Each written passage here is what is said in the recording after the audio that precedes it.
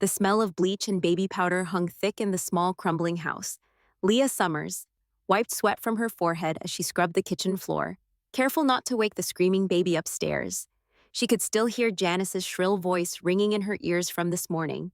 "You think you're too good to clean? If it wasn't for us, you'd be rotting on the streets." Leah pressed the sponge harder against the cracked tiles, her arms aching. Her once smooth palms were raw and rough now. Reminders that dreams meant nothing in this house, not after baby Ella was born. Before Ella, Leah was the blessing, the daughter Janice and Earl couldn't have. They loved her then, took pictures with her, showed her off like a trophy. But after Ella arrived, everything shifted. Leah became the maid, the nanny, the invisible girl. Now, with Earl out of work and bills piling higher than the laundry, the house felt even colder, more dangerous. As Leah finished scrubbing, she heard Janice laughing outside, loud, fake, her voice carrying in through the open window. Talking to someone? Leah didn't care. She had bigger things on her mind. She stared at the faded acceptance letter tucked between two cookbooks on the counter. "Congratulations, Leah Summers. You've been accepted to Langston University." It was her way out, her dream, a new life. If only she had the money to go. Leah sighed, carefully sliding the letter back into hiding. The floor was clean now. Dinner was cooking. Baby Ella was sleeping. Maybe, just maybe, she'd survive another night without getting yelled at. The front door slammed open. Janice stomped inside, cheeks flushed with excitement. "Leah!" she called, her voice too bright, too fake. Leah stood stiffly, heart instantly on guard. Nothing good ever came after that tone.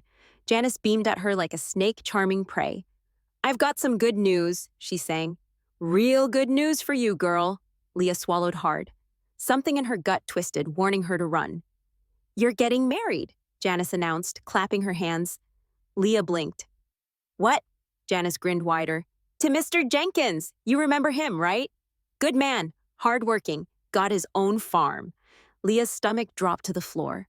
Mr. Jenkins, the old farmer who smelled like dirt and whiskey, was nearly 50 years old. She stumbled back, her breath caught in her throat. "No," Leah whispered. Janice's smile faltered for a split second, then snapped back into place, sharper, crueler. "Yes!" she hissed. "And you better thank me, girl.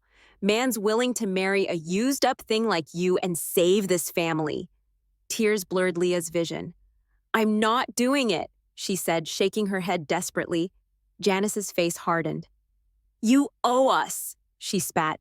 "We fed you, clothed you, took you in when nobody else wanted you."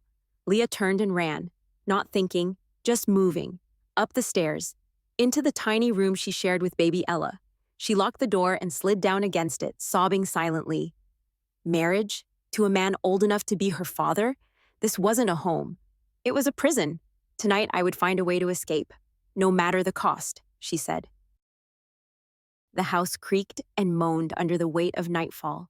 Leah sat huddled in the corner of her tiny room, the dim streetlight outside casting long, trembling shadows across the floor. Her heart thudded in her chest. From pure, burning desperation, her small backpack sat ready. A few crumpled dollars she had secretly saved. Her acceptance letter to Langston University. A peanut butter sandwich wrapped in napkins. And hope. Baby Ella slept soundly in the bed they shared, her tiny fists curled around the blanket. Leah leaned down, brushing a kiss onto the baby's forehead. "I'm sorry," she whispered, tears brimming. She slipped her shoes on quietly and tiptoed to the door. Her hand trembled as she unlocked it, every click of the knob sounding too loud in the silence. The hallway stretched out in front of her, long, dark, and dangerous. She crept forward, holding her breath. Step by step, freedom just a few feet away. She could already see the door to that outside. Just one more turn and she'd be at the porch. But then, "Where you think you going, girl?" The voice was a whip crack in the dark. Leah froze. At the end of the hallway, Janice Summers stepped out of the shadows, her arms crossed over her chest, a cruel smirk twisting her lips. Behind her, Earl leaned against the wall, arms folded, face unreadable, eyes dead. Leah backed up instinctively, her heart slamming against her ribs. She stammered. I was just getting some air." "Save it," Janice snapped, stepping closer. You thought you were smart? Thought you could just run and leave us hanging? Leah shook her head frantically. Janice closed the distance between them with frightening speed. A loud crack echoed through the hallway as Janice slapped Leah across the face, sending her stumbling into the wall. You owe us! Janice shrieked. You ungrateful little witch! Leah's cheek burned, hot and humiliating. Tears blurred her vision, but she refused to cry. Not here, not for them. Earl grabbed Leah's backpack and ripped it open, dumping its meager contents onto the floor. The crumpled acceptance letter fluttered to their feet. Janice sneered as she picked it up. You still think you gonna go to college? She barked, waving it in Leah's face. Who you think you are? Some kind of princess? She tore the letter in half. Leah gasped, a small, broken sound. Janice tossed the shredded paper at Leah's feet. You're marrying Mr. Jenkins whether you like it or not, Janice hissed, her face inches from Leah's. And if you try this little stunt again, it won't be just a slap next time. She yanked Leah by the arm and dragged her down the hall. You brought this on yourself, girl, Janice snarled. You gonna fix this family like you should have all along. They shoved Leah into her room and slammed the door, locking it from the outside. Leah collapsed onto the floor, trembling, her dreams shredded with the acceptance letter. She pressed her face into her knees and sobbed until she had no sound left. Outside, the first hints of dawn bled across the sky. Tomorrow, they said, she would become a wife. But Leah swore to herself, silently, fiercely, this story wasn't over. Somehow, some way, she would find a way to take her life back. The dress was yellowed, stiff, and smelled faintly of mothballs. Leah Summers stood in front of the cracked mirror in her small, cold room, wearing it like a noose. The lace scratched her skin. The too-tight bodice made it hard to breathe. Her reflection barely looked human, just a ghost of a girl who once had dreams. Janice burst into the room without knocking, her hands full of wilting flowers. Smile, girl, she snapped, pinning a cheap plastic tiara into Leah's curls with sharp, painful jabs. You're about to be a married woman. Ain't that every girl's dream? Leah said nothing. No amount of crying would change today. She had tried everything, begging, pleading, even praying. Nothing stopped the Summers' plan. The house smelled of sweat and desperation. A few nosy neighbors, bribed with free pie, gathered in the small backyard, sitting on splintered folding chairs. There was no music, no laughter, just the grim weight of transaction hanging in the air. At the makeshift altar, an old wooden bench covered in a stained white sheet. Mr. Elijah Jenkins stood waiting. Leah glanced at him through the dusty window. Old, stooped slightly, graying hair under a worn hat, her stomach twisted painfully. God, please, she whispered. Don't let this be my forever. They dragged her down the back steps like a prisoner being paraded to her execution. The pastor, Earl's half-drunk cousin, flipped through a crumpled Bible like it was a takeout menu. Leah barely heard the words. She barely saw anything beyond the tears clouding her vision. Do you, Elijah Jenkins, take Leah Summers? I do, the old man said, voice deep but soft. And do you, Leah Summers, take Elijah Jenkins? A long pause. Janice's nails dug into Leah's arm, making her flinch. Leah croaked. The neighbors shifted uncomfortably. I do, she whispered. It wasn't a choice. It was survival. The pastor mumbled something close to, by the power invested in me, and it was done. A marriage signed, sealed, and delivered. Janice squealed in delight, already snatching the signed farm deed out of Mr. Jenkins' hands. Pleasure doing business, she chirped. Earl clapped Mr. Jenkins on the back, smirking like he'd won the lottery. Mr. Jenkins simply nodded, smiling softly at Leah. He extended a hand. Old, rough, but surprisingly gentle. Come along, Mrs. Jenkins, he said. Leah stiffened at the name. It didn't feel real. It felt like a coffin lid slamming shut. The laughter of the neighbors echoed behind her like cruel music as Leah climbed into the passenger seat of Mr. Jenkins' old pickup. No hugs, no kisses, no celebration, only the sound of the farm deed slapping into Janice's greedy hands. The truck rattled down the dirt road, taking her farther away from the only home she'd ever known, and straight into the unknown. Leah clutched the hem of her tattered wedding dress, fighting the urge to jump out and run into the fields. She couldn't cry anymore. Her tears were used up, like everything else they'd taken from her. In the passenger mirror, she saw the Summers house growing smaller and smaller, until it finally disappeared. She stared ahead, stiff and silent. She didn't know what would happen when they reached the house. She didn't know if she'd have to. She squeezed her eyes shut, tears burned. No matter what, she would endure. She had survived this long. She would survive tonight. The farmhouse was simple but clean, better than the Summers' broken-down shack. Mr. Jenkins led her inside without a word, letting her move at her own pace. He nodded toward Asha, a bright, smiling woman no older than 30. "You're in good hands," Mr. Jenkins said quietly. Asha took Leah's trembling hand. "I'll help you settle, sweetheart," she said warmly. Night came fast. Leah stood in the bathroom, gripping the sink, staring at a reflection she no longer recognized. Bruised, empty, she had showered and changed into one of the only decent outfits she had packed, the best she owned. She splashed water on her face, trying to breathe, but no amount of scrubbing could wash away the shame, the fear. The room was plain, bare walls, creaky floor. There was a knock at the door. Leah's legs shook as she opened it. Mr. Jenkins stood on the threshold in simple pajamas, holding his hands calmly. "May I come in?" he asked. Leah nodded and stepped aside. She returned to the small desk and sat stiffly in the chair. Jenkins entered quietly and took a seat across from her, settling into a modest couch. He kept his distance. "Don't be scared, my child," he said, voice low and steady. Leah burst into tears. "I didn't want this," she gasped. "I don't even know you. I don't want to be married to you. Please, don't let me do this. I don't want to," she begged. She dropped her face into her hands, broken. She expected anger, or mocking laughter, or punishment. But instead, she heard Mr. Jenkins chuckle, soft, almost fatherly. "Child," he said, smiling kindly, "you ain't married to me." Leah's breath caught. "What?" she whispered. He leaned closer, lowering his voice. "It was all fake, Leah. Just a trick to get you away from them." She stared at him, barely breathing. "Please don't lie to me about something like this," she whispered shakily. "You're free," he said. "You're safe." Leah's mind reeled. She blinked once, twice, then launched herself at him, hugging him tightly, sobbing into his chest.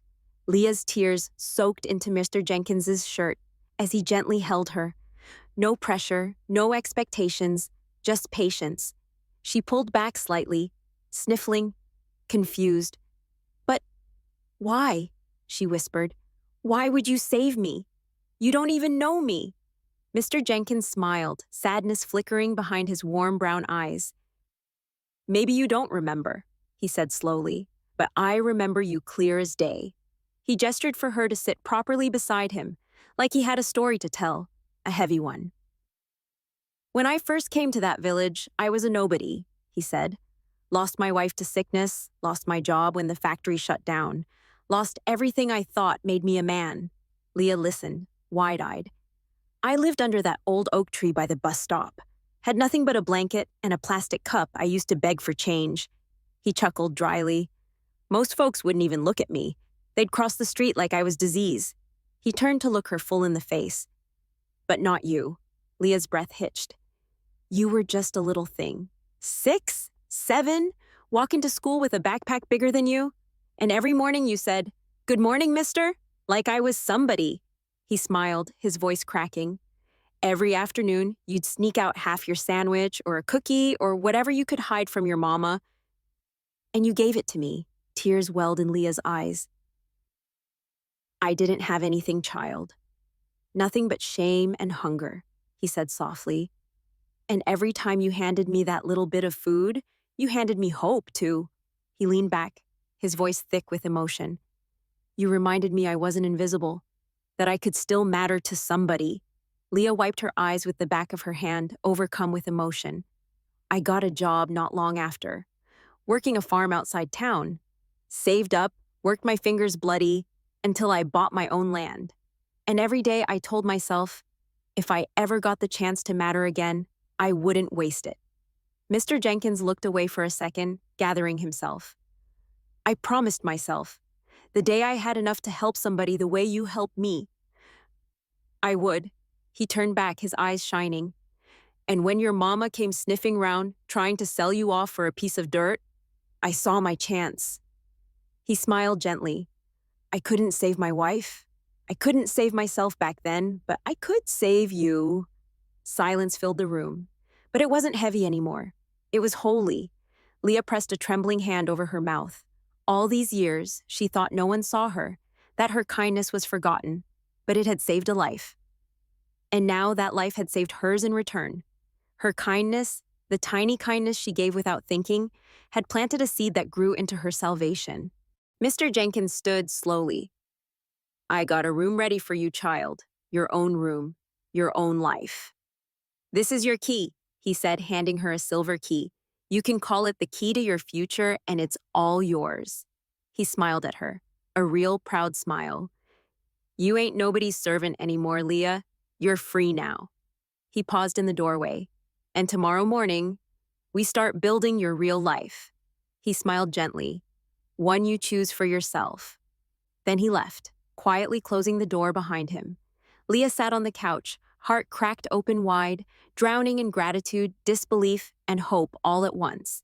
She looked down at the silver key in her hand, her fingers trembling around it. A breath escaped her lips, soft, almost disbelieving. I'm free, she whispered. The night was deep and still. After Mr. Jenkins left the room, Leah sat frozen, the silver key clutched so tightly in her fist it pressed deep into her skin. She was free. She could leave. She could stay. She could choose. For the first time in her life, the choice was hers. Leah let the realization wash over her. Sharp, overwhelming, terrifying, and beautiful all at once. The girl who was sold like cattle was no one's prisoner anymore. She wiped her face, took a shaky breath, and headed to the door. The old floorboards creaked under her bare feet as she tiptoed down the hallway, the silver key glinting in her hand. At the very end of the hall, Mr. Jenkins stood waiting, still smiling that same tired, kind smile. You ready? He asked softly. Leah nodded, her heart hammering. He gestured toward a closed door, one she hadn't noticed before. That key is for this room, he said. Leah swallowed hard. Her fingers trembled as she slid the key into the lock. Click! The door swung open. Leah gasped. The room was bright. Walls painted a soft lavender, her favorite color. A big bed sat in the corner, covered in fresh, fluffy white linens. A desk stood by the window, stacked neatly with brand new notebooks, sketch pads, and pencils. On one wall hung a framed poster. Dream big, build bigger. And in the center of the room, sitting proudly on an easel, was a blueprint template. Blank, waiting for her to design anything she wanted. It wasn't just a bedroom, it was a beginning. Her legs gave out and she collapsed onto the carpet, laughing and crying all at once. Mr. Jenkins crouched beside her, patting her back gently. I figured you might want a place to draw up your future, he said with a chuckle. Leah pressed her hands over her face, overwhelmed. I thought I'd never get out, she whispered. I thought they were my only chance. Mr. Jenkins' voice grew serious. They were never your family, he said. Blood don't make family, child. Love does. He helped her stand, steady and slow. And you? Leah asked, voice trembling. Why would you do all this for me? Mr. Jenkins smiled, eyes twinkling with warmth. Because somebody once threw me a rope when I was drowning, he said. And now it's my turn to throw it to you. He stepped back, giving her space to explore the room. Leah walked around, touching everything. The soft quilt, the smooth desk, the shining sketch pads. Each touch made her feel more real, more alive, more possible. By the time dawn broke, Leah sat by the window, a sketch pad open in her lap. She didn't know where she was going yet. But she knew this. She was not broken. She was not owned. She was not done, not even close. A week passed, slowly, gently, like a wound starting to close. For the first time in her life, Leah felt safe. She had a new wardrobe now. Soft sweaters, fitted jeans, warm shoes that actually belonged to her. Asha took her shopping, laughing the whole time as they raided thrift shops and small-town boutiques. Leah's curls were neatly combed and pinned back. Her skin glowed. Her smile, real. Mr. Jenkins had asked her over tea one afternoon, So, what's next, child? Leah lit up as she told him about her dream, architecture. She'd always loved buildings, blueprints, and quiet corners of beauty. She showed him her sketches, the ones she kept hidden for years. He didn't laugh. He didn't dismiss it. He simply nodded and said, "Then we build." One morning, just as the sun painted soft gold across her window, Leah sat curled up on the bench seat, sketchpad in her lap.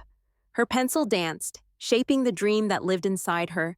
Then came Asha's voice, floating up from downstairs. "Leah, there's someone at the door for you." Leah froze. Her breath caught. The panic came fast and sharp, like a match to dry leaves. Was it her past? Was everything about to crumble? Asha called again, slower, more cautious this time. "Miss Leah, you better come quick." Leah closed the sketchpad, her heart pounding, and jumped to her feet.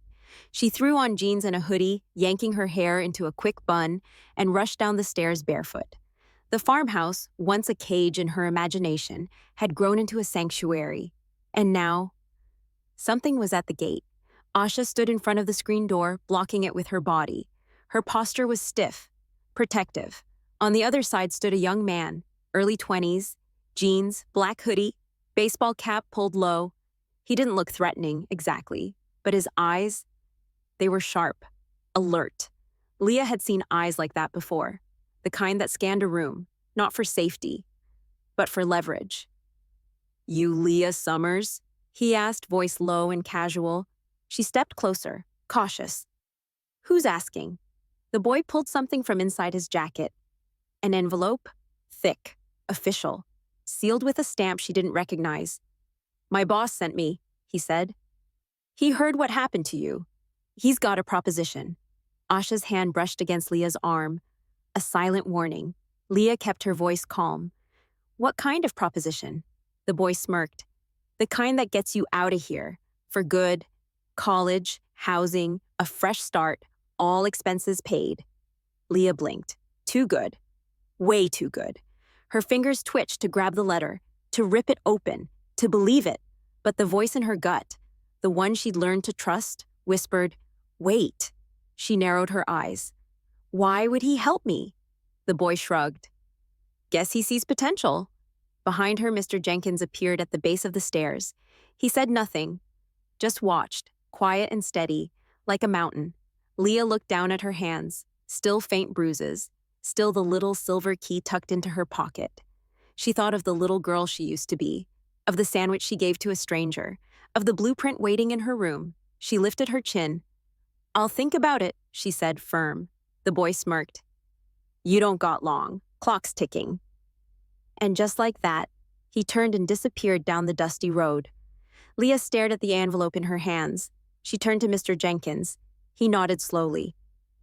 "No matter what you choose," he said, "I'll stand with you." Leah's eyes stung. Her throat tightened. She pressed the envelope to her chest. Whatever happened next? This time, the choice was hers. The envelope sat open on the desk. Leah stood by the window, rereading the letter for what felt like the 100th time. It was real.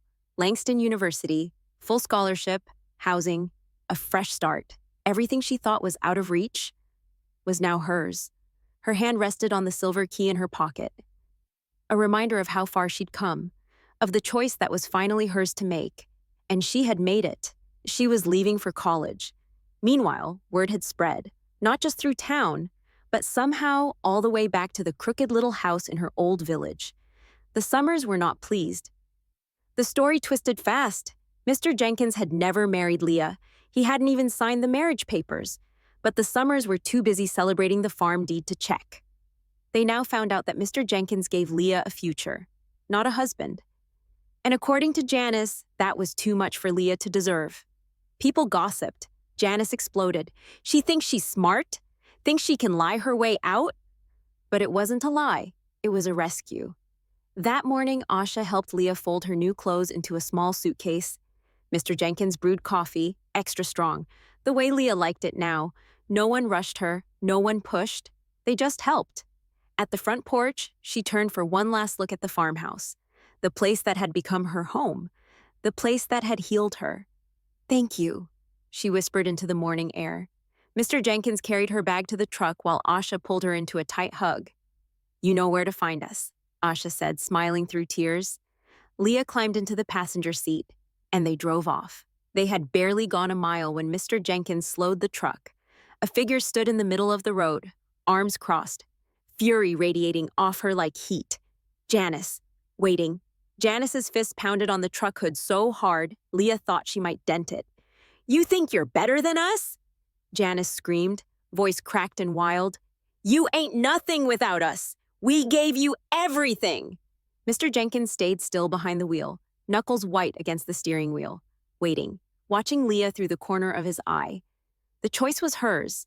Leah's breath caught in her throat. The old Leah, the one broken and scared, wanted to curl up and cry, apologize, beg for peace. But the Leah sitting in this truck now? The Leah who survived the summer's cruelty, who earned her way out, who dreamed when nobody gave her permission? She was done begging. She rolled down the window slowly. Janice rushed to it like a wild animal, her face twisted with rage and desperation. "You owe us, you little witch!" Janice spat, slamming her hands against the door. "You owe us your life!" Leah looked her straight in the eye, really looked, and for the first time saw Janice for what she truly was, just a small, bitter woman, rotting from the inside out. "No," Leah said calmly. "I don't owe you anything." Janice froze as if the words physically hit her. "I survived you," Leah continued, voice steady. "I survived what you did, and now I'm done surviving." Tears burned Leah's eyes, tears of freedom. "I'm not yours to hurt anymore," Leah said. "And I never was." Janice stumbled back, her mouth opening and closing like she couldn't find air. "You'll regret this," she screeched, pointing a trembling finger at Leah. "You'll come crawling back when the world chews you up. You'll see." Leah just smiled, a small, sad smile. "No, I won't," she said softly. She turned back toward Mr. Jenkins. "Drive." Mr. Jenkins grinned, proud, protective. With a low growl of the engine, the truck rolled forward. Janice shrieked, stumbling out of the way, clawing at the dirt road as they sped past. Leah didn't look back, not once. She let the past grow smaller and smaller in the rearview mirror until it disappeared completely. The bus station was small and dusty. Mr. Jenkins carried Leah's bag inside, his old boots thudding on the cracked tile floor. He bought her a ticket to Langston City. One way. As they sat waiting, Leah turned to him. "Thank you," she whispered, voice thick. "For what?" Mr. Jenkins asked with a grin. "For seeing me," she said. He patted her hand, warm and rough. "You saw me first, child," he said. "You just didn't know it." The bus pulled up with a loud hiss of brakes. Leah stood, clutching her bag, heart pounding. At the door, she hesitated. One last time. "You sure?" Mr. Jenkins asked. A twinkle in his eye. Leah smiled, bright, fearless. "I was never more sure of anything." She hugged him tightly, breathing in the warm, earthy scent of the man who had saved her without asking for anything in return. He pressed something into her hand. A small slip of paper. She unfolded it. It was a note, scrawled in his big, messy handwriting. "Whenever you forget who you are, remember you were born to build." Tears blurred her vision, but she nodded. She boarded the bus. And as it pulled away, Leah leaned her forehead against the window, watching the dusty town shrink behind her. She smiled, because for the first time, she wasn't running away from something. She was running toward everything. The town looked smaller than she remembered. Leah Summers stepped out of the black SUV, her heels crunching the gravel. Gone was the girl who once shrank into the corners of crumbling rooms. Standing here now was a woman. Proud, unbreakable, untouchable. Her brown skin glowed in the light of the setting sun. Her natural curls fell in soft, powerful waves down her back. At her throat gleamed a small silver key, the same one Mr. Jenkins had given her the night she chose freedom. Beside her, Bryce Anderson, her fiancé, carried her travel bag, beaming at her like she hung the stars herself. "You ready?" he asked, nudging her playfully. Leah smiled. "I was born for this." From across the street, a few townspeople watched in silence. The same ones who once whispered about her with crooked smiles now lowered their eyes, unsure whether to look or look away. Leah didn't flinch. She didn't need their approval anymore. She had built her own table, and a whole damn house around it. The old farmhouse had changed, rebuilt, expanded, alive. The peeling paint was now fresh white siding. The sagging porch stood tall, wrapped in twinkling lights that shimmered like stardust. Children's laughter rang out from the backyard, bright, free, joyful. On the porch, Mr. Elijah Jenkins waited, older, thinner, but still fierce, still the man who changed her life. Leah ran up the steps and hugged him tightly. "You kept your promise," she whispered. Mr. Jenkins chuckled, low and proud. "So did you, little architect." Inside, the house buzzed with life. Asha moved easily through the kitchen in a crisp apron, her smile wide and her energy soft but strong. She looked healthier, happier. She ran the community kitchen now, feeding every soul who walked through the farm gates, no questions asked. Leah pulled her into a fierce hug. "You stayed," Leah whispered, tears burning her eyes. "Always, sugar," Asha said, voice catching. "Always." And then laughter, tiny, high-pitched, unmistakable. Leah turned, and her breath caught. Baby Ella. Not a baby anymore. A little girl now, around 6, chasing a chicken through the garden in a yellow sundress, her curls bouncing wildly. Safe, happy, whole. Leah's chest tightened as she knelt and opened her arms. Ella ran straight into her, full speed. "You came back!" Ella cried, holding on tight. Leah kissed her forehead, tears spilling freely. "I never really left you," she whispered. Not in her heart. Never. Later, as the sky blushed pink and the sun sank low, Leah and Bryce sat on the porch, fingers intertwined, watching the kids play. Mr. Jenkins rocked in his chair, hat low over his eyes. Asha shelled peas beside him, giggling at some shared joke from a life they never thought they'd get to live. It was peace. It was family. It was everything Leah once believed she'd never have. She was a licensed architect now, designing community centers, shelters, and healing spaces in towns just like the one that once tried to break her. And still, somehow, this porch felt like her proudest creation. The people who tried to bury her were still stuck in the dirt. But Leah had learned to build palaces out of mud. Phew! If that didn't give you chills, check your pulse, baby. Go ahead, like, share, and subscribe. Don't keep this kind of story to yourself. Let's spread the drama, the healing, and the glow up. Thank you so much for watching.